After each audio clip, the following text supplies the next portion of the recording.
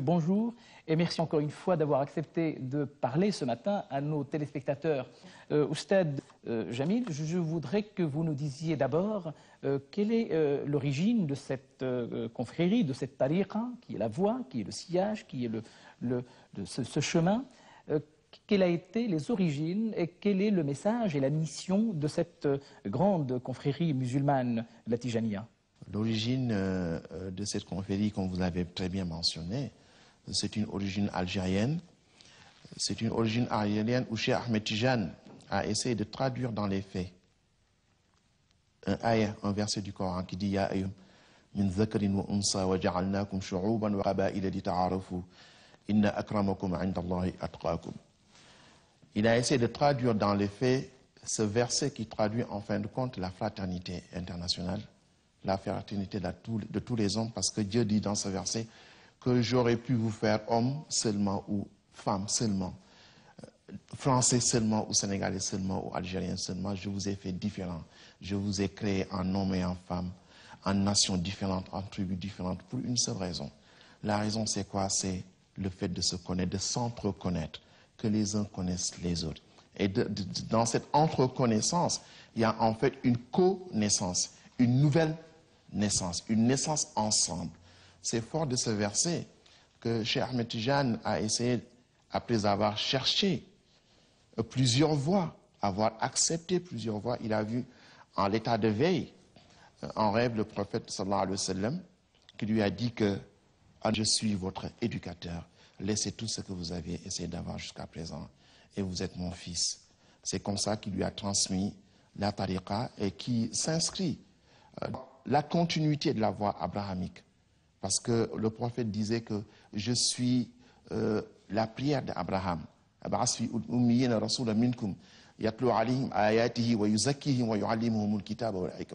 Le prophète disait que je suis une prière exaucée d'Ibrahim qui a demandé que Dieu envoie ici, chez Quraysh, un prophète qui soit capable de leur enseigner la sagesse, mais aussi tazkiyatun nafs, de purifier les cœurs pour leur permettre de mieux adorer Dieu. C'est fort de cette tradition abrahamique et de ce verset du Coran que Cheikh Ahmed Tidiane a essayé de mettre en place une confrérie ou bien une tariqa qui puisse permettre à l'ensemble des musulmans d'être beaucoup plus proches de Allah tabaraka wa ta'ala.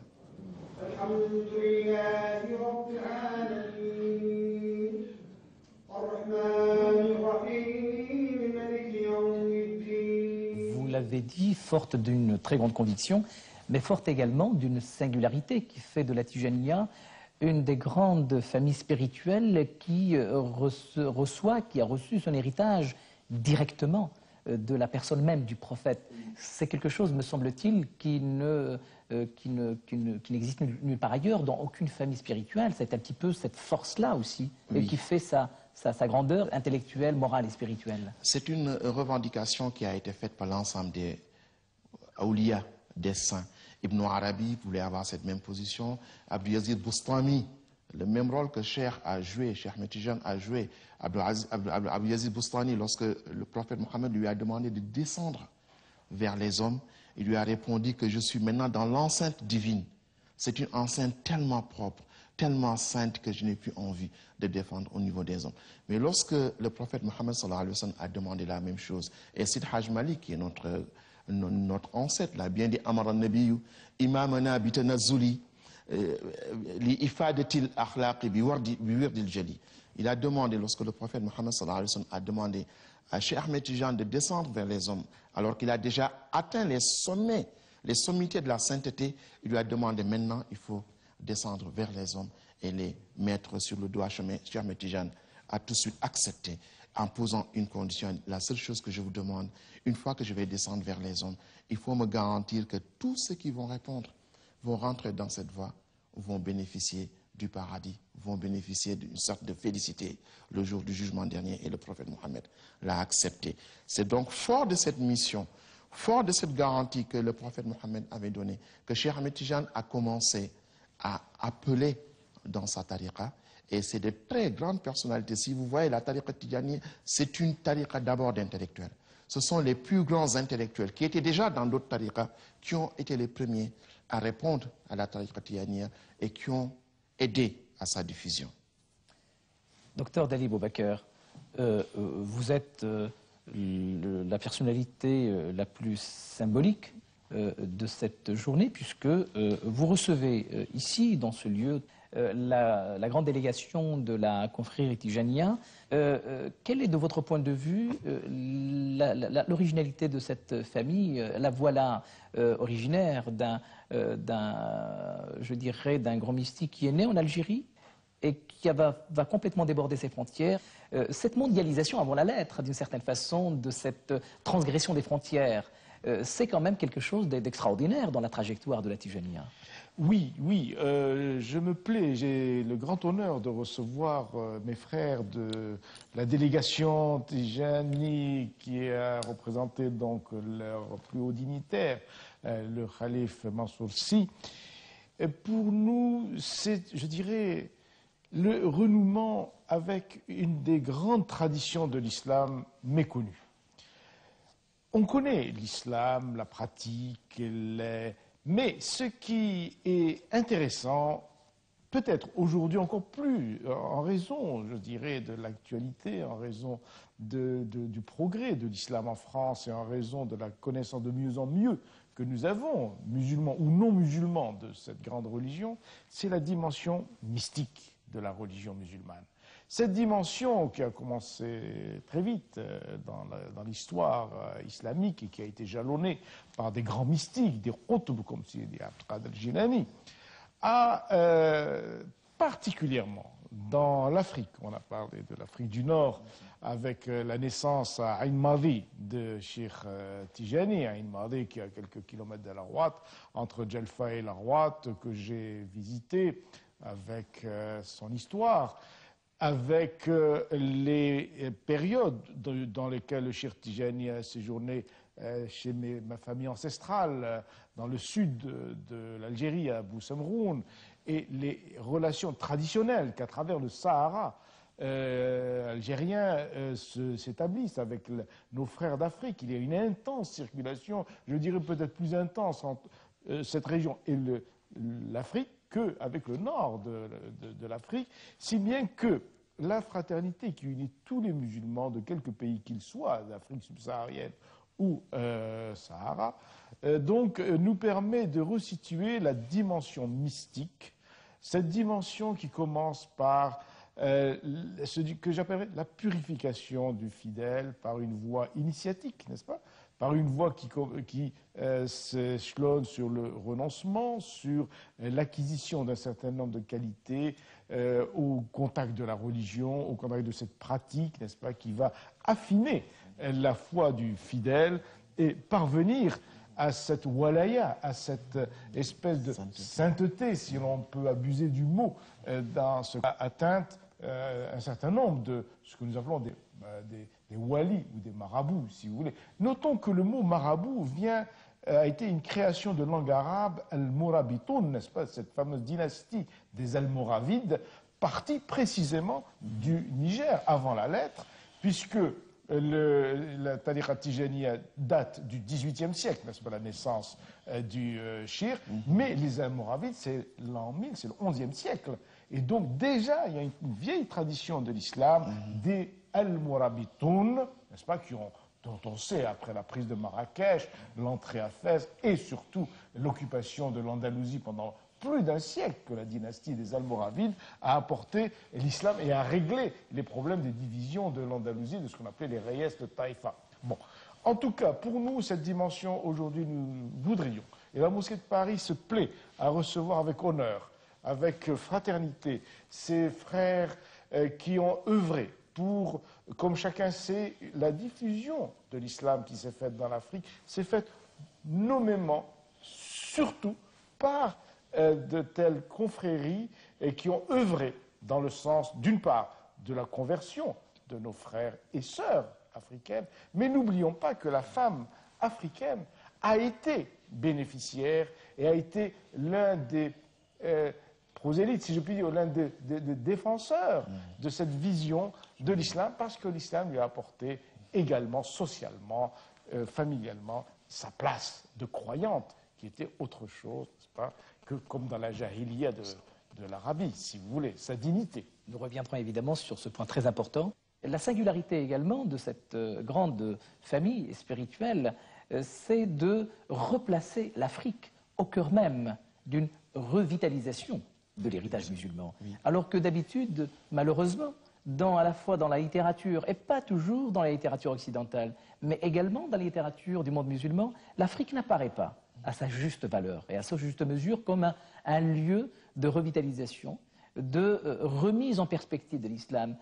Comment aujourd'hui vous évaluez cette force spirituelle dans un continent qui est plus que jamais appelé à reprendre le relais peut-être? Oui, comme vous venez de dire, effectivement, l'Afrique est marginalisée, alors que l'Afrique a son message du point de vue de l'islam. L'Afrique peut présenter un visage sympathique de l'islam.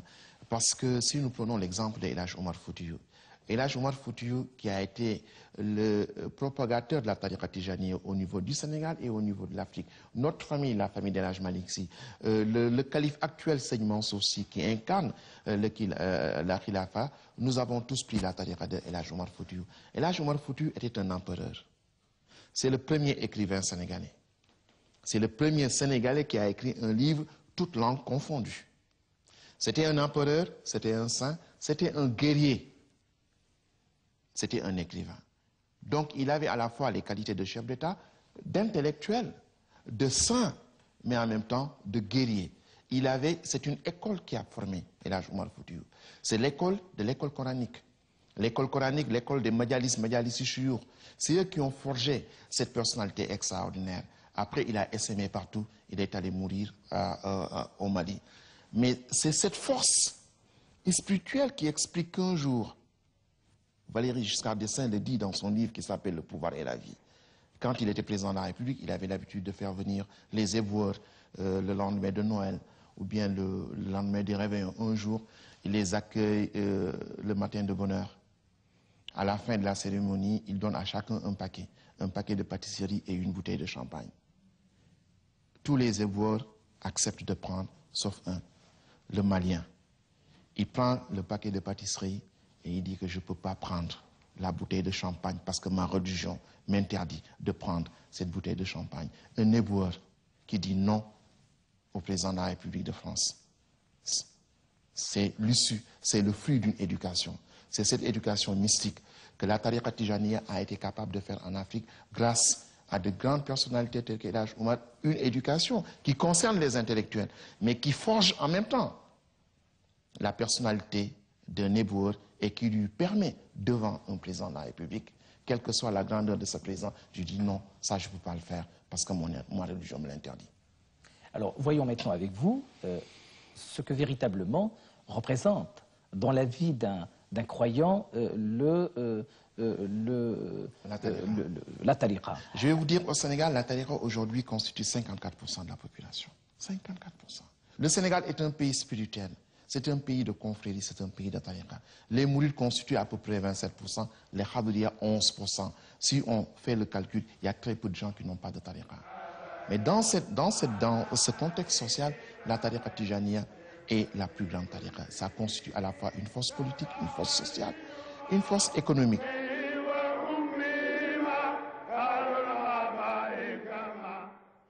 Vous venez de dire que la tariqa Tijaniya est un véritable moteur, une dynamique. Absolument. Mais qu'est-ce qui explique précisément ce dynamisme et surtout comment fonctionne réellement la relation entre le maître spirituel et entre je dirais l'apprenti, c'est-à-dire comment le processus de la transmission de la chaîne du savoir s'effectue pour que le croyant aspire aussi à transmettre lui-même ce message. Le calife actuel, on l'appelle Borom Daraji, ou bien Borom Daraji, le super-maître de l'ensemble des écoles.